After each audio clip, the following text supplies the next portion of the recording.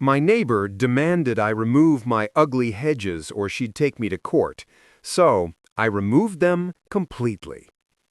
Those hedges were blocking the view of her backyard from the main road. Now everyone can see her hot tub and her affair. Her husband found out first.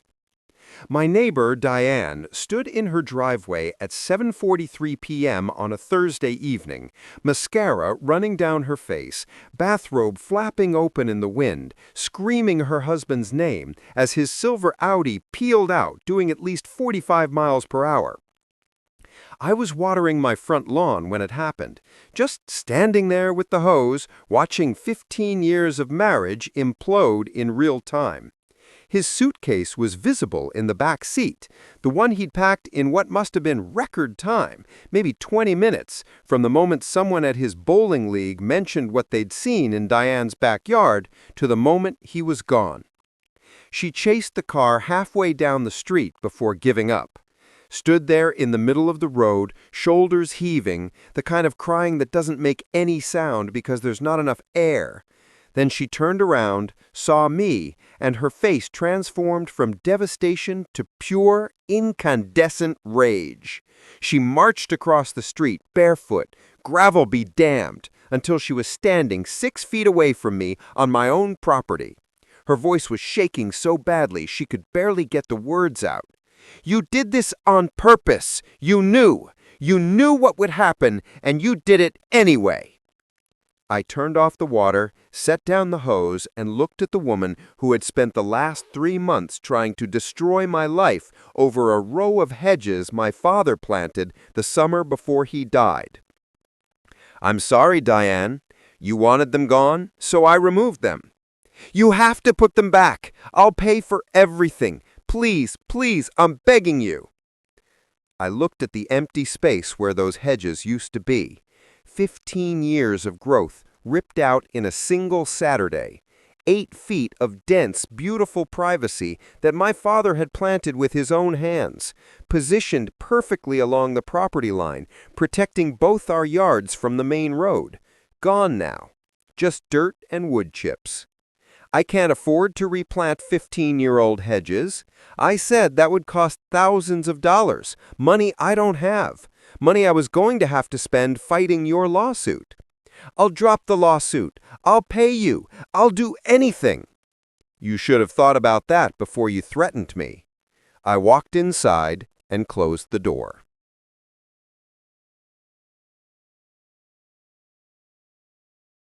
Those hedges had been there since I was 12 years old. My dad planted them the summer of 2008. 3 weekends of back-breaking work in the August heat. I remember helping him dig the holes, 12 of them spaced exactly 4 feet apart along the property line where our yard met Maple Street, the main road through the neighborhood. He'd researched the species carefully. Leyland cypress, fast-growing and dense, perfect for privacy screening. He'd mixed the soil himself, added fertilizer, positioned each one with a level to make sure the line was perfectly straight. "These will be taller than you by the time you graduate high school," he told me, wiping sweat from his forehead. "Taller than me by the time you graduate college. Give this whole yard some privacy from the road." He was right. By 2012, they were 6 feet tall. By 2015, they'd hit 8 feet and filled in so thick you couldn't see through them, even in winter. They blocked the noise from the road, the headlights at night, the endless parade of dog walkers and joggers and families pushing strollers. They also blocked the view of our backyard and the neighbor's backyard from anyone passing by on Maple Street. My dad died in March 2009, 7 months after he planted those hedges. Pancreatic cancer, diagnosed in November, gone by spring. He never got to see them reach their full height, but I did.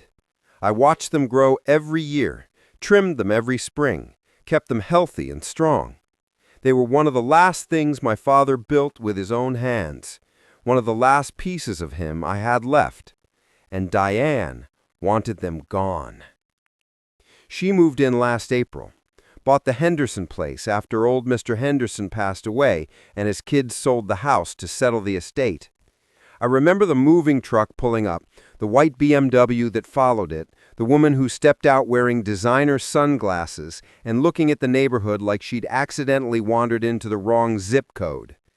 Diane Morrison, 46 years old, recently divorced from her first husband, newly remarried to a man named Greg who worked in medical device sales and traveled 3 weeks out of every month. She worked in pharmaceutical sales herself, the kind of job that comes with a company car and an expense account and an inflated sense of importance. First week, she introduced herself with a bottle of wine and a complaint. "Those hedges," she said, pointing at my property line with a manicured nail, "they're blocking all the natural sunlight from reaching my rose garden. I'm trying to establish some new plantings back there, and they're just—" I felt something tighten in my chest. "I'll think about it." I didn't think about it. Not seriously. Those hedges weren't going anywhere. Second week, Diane came back. No wine this time. "I've been doing some research," she said, standing on my porch with her arms crossed. "Those hedges are attracting insects. I've seen wasps, beetles, all kinds of things. My husband and I are planning to do a lot of outdoor entertaining this summer, and I can't have bugs swarming around our patio." "Hedges don't really attract bugs any more than regular trees," I said. "They're actually good for the ecosystem. Birds nest in them, beneficial insects. I don't care about beneficial insects. I care about my outdoor space being usable." Her voice had an edge now. The polite neighbor act was slipping. "Those hedges need to go." "I appreciate your concerns, Diane, but those hedges have sentimental value to me. My father planted them. I'm not removing them." She stared at me for a long moment. Something cold moved behind her eyes. "We'll see about that." Third week, the lawyer's letter arrived. Certified mail, official letterhead from Morrison and Associates, attorneys at law, no relation to Diane, I assumed, though the coincidence felt pointed. 3 pages of legal language demanding I remove my visual nuisance within 30 days or face legal action. It cited property value reduction, failure to maintain neighborly standards, obstruction of natural light, and creation of pest habitat. It threatened to pursue damages for emotional distress caused by ongoing aesthetic degradation. I read it 3 times, my hands shaking with anger by the end. Then I called my own lawyer. Michael Chan had handled my father's estate back in 2009 and had been my go-to for legal questions ever since. 16 years of property law experience, calm demeanor, and a tendency to tell you exactly what you needed to hear, whether you wanted to hear it or not. He laughed for about 10 seconds straight when I read him the letter. "She's got nothing, absolutely nothing. Those hedges are on your property, properly maintained, not blocking any traffic sight lines. They're not even close to the maximum height allowed by county ordinance. She can threaten all she wants, but any judge would throw this out in the first hearing." "So I don't have to worry?" Michael paused. The pause worried me more than the letter had. "Here's the thing, Nathan. She doesn't have to win to hurt you. Even a frivolous lawsuit costs money to fight. My fees, court costs, time off work. If she drags this out, and people like her often do, you're looking at $5,000 to $10,000 just to prove you're right." "I don't have $5,000 to $10,000. I know, that's the point. People like Diane use the legal system as a weapon. They know most people can't afford to fight back, so they just give in." I sat in my living room that night, looking out the window at those hedges. 8 feet of green, dense and healthy, swaying slightly in the evening breeze. My father's hands had put them there. His sweat had watered them. His last summer on earth had been spent building something beautiful and lasting. And now some woman who'd lived next door for 3 weeks wanted to destroy them because they blocked her precious sunlight. The next few weeks were a nightmare. Diane escalated everything. She filed a formal complaint with the HOA. We didn't have an HOA, but she tried anyway. She called the county code enforcement office, claiming my hedges were overgrown and dangerous. The inspector who came out actually complimented me on how well maintained they were. She started a petition among the neighbors, claiming the hedges were bringing down property values. 2 people signed it, Diane and someone named M. Morrison, who I suspected was her husband. She left notes on my car, passive-aggressive messages about being a good neighbor and community standards and thinking about others for once. And she kept threatening the lawsuit. Every few days, another letter from her lawyer, each one slightly more aggressive than the last. Each one reminding me of the considerable legal costs I would face if I didn't comply. I tried talking to her directly one more time. I knocked on her door on a Saturday morning, hoping to reach some kind of compromise. "I understand you want more light for your garden," I said when she answered.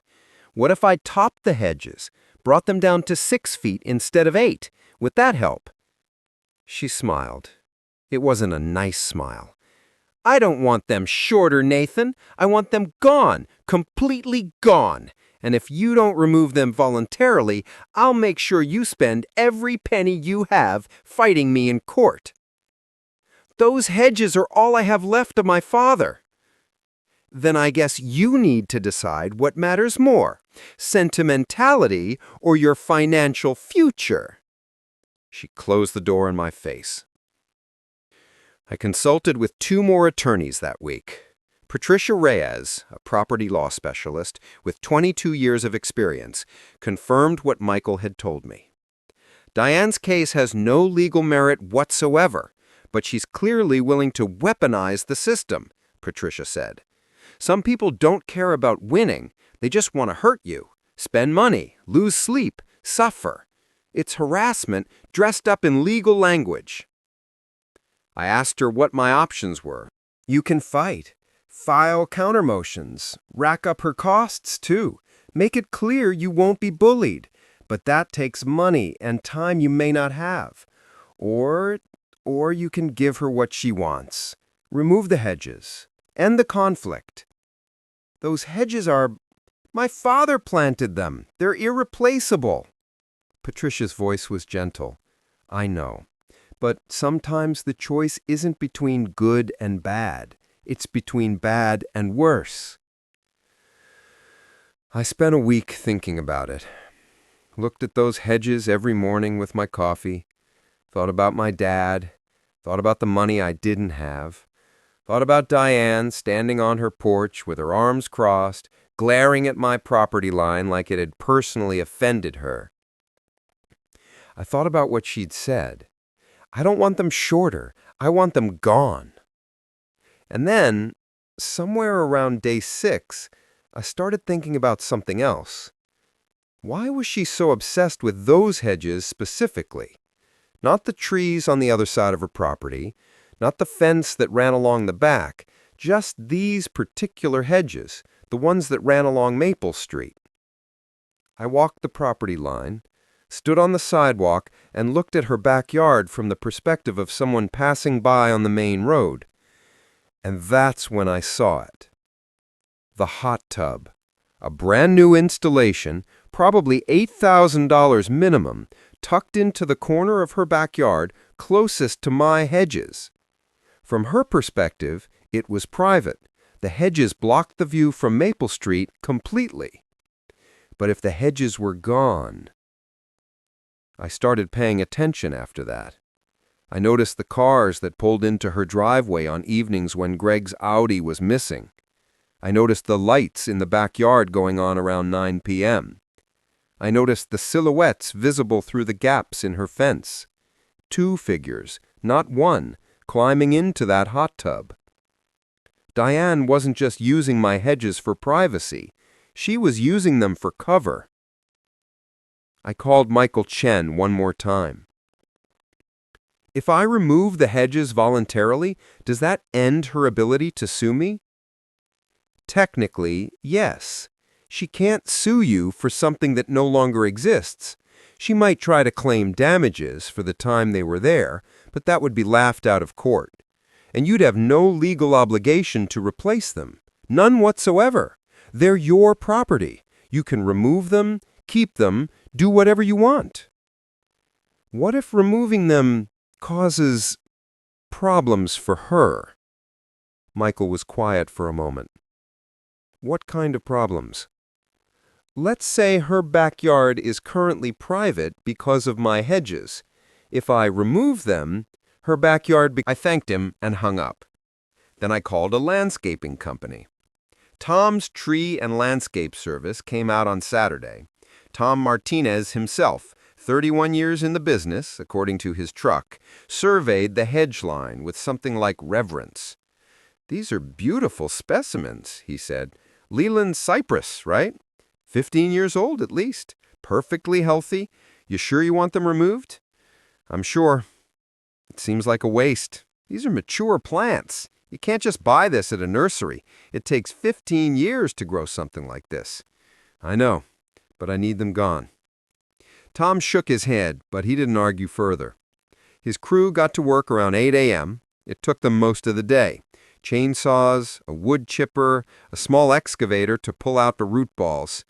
By 4 p.m., that entire property line was bare, just dirt and wood chips where 15 years of growth used to be.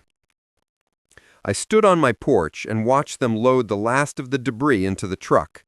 My father's hedges, gone, just like that. I told myself it was necessary, told myself I had no choice, but it still felt like I was ripping something out of my own chest. Then I heard a door slam. Diane had come outside. She was standing on her porch, arms crossed, watching the truck pull away with a satisfied smirk on her face. She waved at me, that little finger wave people do when they think they've won. I waved back. Enjoy your privacy while it lasts, I thought. It took about 72 hours for the neighborhood to notice. The first sign was a post on the Maple Street Community Facebook group. Someone named Carol Hutchins, who lived 3 houses down, a retired elementary school teacher who walked her Labrador Retriever past my house twice a day, had posted a carefully worded message. "Not sure how to say this, but has anyone else noticed the activities happening in a certain backyard now that the hedges are gone? I'm all for people enjoying their property, but there are children who walk down Maple Street every day. Just concerned about community standards." Within an hour, there were 47 comments. Some people were confused. Some were outraged. Some were clearly enjoying the drama and asking pointed questions designed to get Carol to spill more details. By the end of day 1, everyone on the street knew exactly which backyard Carol was talking about and exactly what kind of activities were happening there. I saw teenagers on bikes doing double takes. I saw a group of moms with strollers stop and whisper to each other, glancing toward Diane's property. I saw Mr. Leo Patterson from down the street walk his dog past the same spot 3 times in one afternoon, each time finding a reason to pause and look. Diane must have noticed, because she started keeping her blinds closed and stopped using the hot tub during daylight hours. She probably thought she could wait it out until the novelty wore off. She was wrong. Day 3 was the night that changed everything. I was in my living room watching TV around 9:30 p.m. when I heard voices outside. I looked through the window and saw a small crowd gathered on the sidewalk in front of Diane's house. 5 or 6 people, phones out, clearly recording something. I went outside to see what was happening. The backyard lights were on at Diane's place. The hot tub was bubbling, and there were 2 figures in it. One was clearly Diane. The other was clearly not Greg. Greg drove a silver Audi. The car in Diane's driveway was a black Ford F-150. The man in the hot tub was visible from the street, even in the dark. Broad shoulders, dark hair. Definitely not the balding medical device salesman I'd seen coming and going for the past year. Someone in the crowd was live streaming it. Someone else was taking photos. Someone was laughing nervously, saying, oh my God, over and over. Diane must have heard them because suddenly the lights went off and the figure scrambled out of the tub. The back door slammed. The crowd dispersed, still buzzing with excited whispers. I went back inside. This was going to get worse before it got better. Day 4. The evidence went viral, at least viral by neighborhood standards. The photos and video from the previous night had been shared in a private neighborhood group chat. Someone had screenshotted it and posted it to the public Facebook group. Someone else had identified the man in the hot tub as Kyle Danner, a personal trainer at the gym where Diane worked out. By noon, everyone on Maple Street knew that Diane Morrison was having an affair with her personal trainer in her hot tub while her husband traveled for work. And her husband was part of a bowling league with 3 other men from the neighborhood. Then, around 7:30 p.m., someone from his bowling league stopped by. David Chen, no relation to my lawyer Michael, who lived 2 streets over, a retired accountant who had known Greg for years. I wasn't there for the conversation, but I can imagine how it went. The awkward pause, the, "Hey man, I need to tell you something." The moment when Greg's world fell apart. At 7:43 p.m., Greg's silver Audi peeled out of the driveway, suitcase in the back seat, Diane chasing him down the street in her bathrobe, and me standing on my front lawn with the hose, watching it all unfold. Diane came to my door 3 times in the following week. The first time, she was still in shock, crying, begging, offering to pay for new hedges, mature ones from a nursery. "I'll cover everything." Mature hedges that size would cost at least $15,000, I told her, and they wouldn't be my father's hedges. They'd just be plants. The second time, she was angry, screaming about how I deliberately destroyed her life and how she was going to sue me for everything I had. "For what?" I asked. "Removing hedges from my own property at your demand with a lawyer's letter as documentation?" She didn't have an answer for that. The third time, she brought Kyle Danner with her, the personal trainer. Apparently, they were now publicly a couple, since the secret was out anyway. "We want to make things right," Kyle said, like he had any standing to speak. "Diane's going through a really hard time. Her husband filed for divorce. She's losing the house. We just want to find a solution." The solution was right there for 15 years. It was called a hedge. You wanted it gone. It's gone.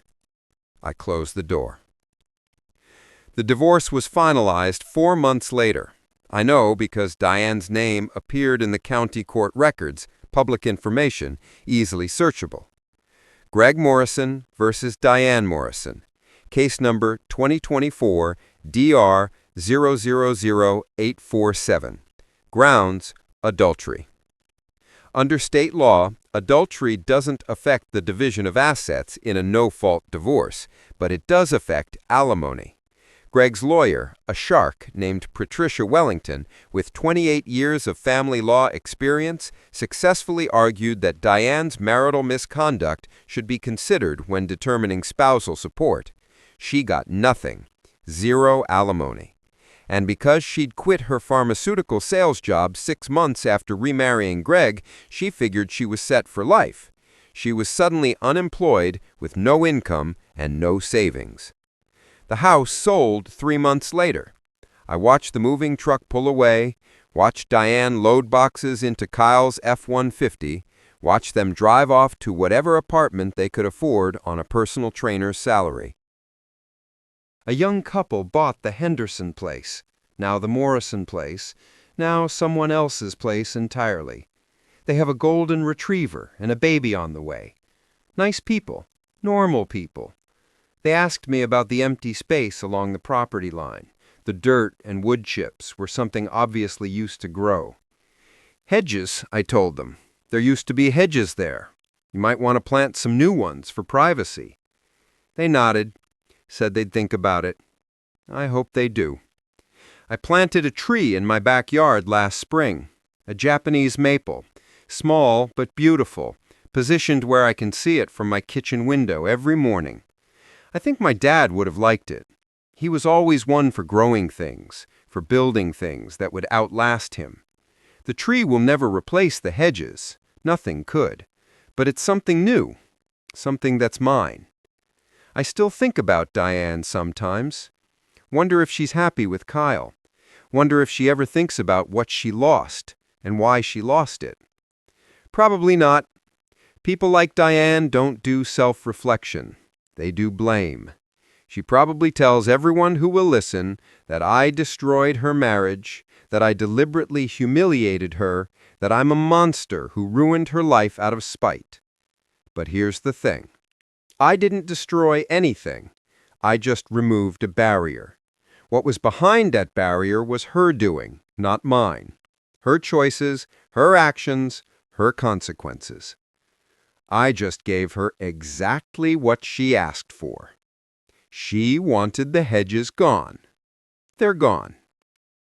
My father used to say that fences make good neighbors, that clear boundaries and mutual respect are the foundations of any community. He was right. But he left out one thing. Fences and hedges can also hide what's really happening on the other side. They can create the illusion of respectability, while something rotten grows in the dark. Those hedges were blocking the view of her backyard from Maple Street. Now everyone could see her hot tub and her affair. Her husband found out first. The neighborhood found out second. The divorce court found out third. I lost something I could never get back. 15 years of my father's legacy, ripped out and chipped into mulch. But Diane lost more. She lost her marriage, her house, her reputation, her comfortable life as a kept woman with a traveling husband who didn't ask questions. All because she couldn't leave well enough alone. Couldn't accept that some things, some boundaries, some barriers, some hedges exist for good reasons. I didn't plan any of this. Didn't know about the affair when I hired the landscaping crew. I just wanted the harassment to stop, wanted to give her what she demanded so she'd leave me alone. But karma has a way of finding people, of exposing what they tried so hard to hide, of giving them exactly what they asked for in ways they never expected. Diane asked me to tear down my hedges. I did. Everything that happened after that was her own doing. Some stories don't have heroes, just people making choices and living with the consequences. I chose to protect my father's hedges for as long as I could. When I couldn't anymore, I chose to walk away rather than fight a battle I couldn't afford to win. Diane chose to threaten and harass and bully. She chose to have an affair. She chose to conduct that affair in plain sight, relying on my property for cover. When that cover disappeared, so did her secrets. That's not revenge. That's not karma. That's just reality. Sometimes the walls that protect us also trap us. And sometimes, when those walls come down, we discover we were never as safe as we thought. Diane learned that the hard way. I learned something too. You can't control what other people do. You can only control your own choices, your own boundaries, your own property. Speaking of which, I'm thinking about planting new hedges this spring. Different ones. A memorial garden, maybe, with my father's favorite plants. Something that grows toward the light instead of blocking it. Something that's mine. She wanted those hedges gone. She got what she wanted. Funny how that works out sometimes.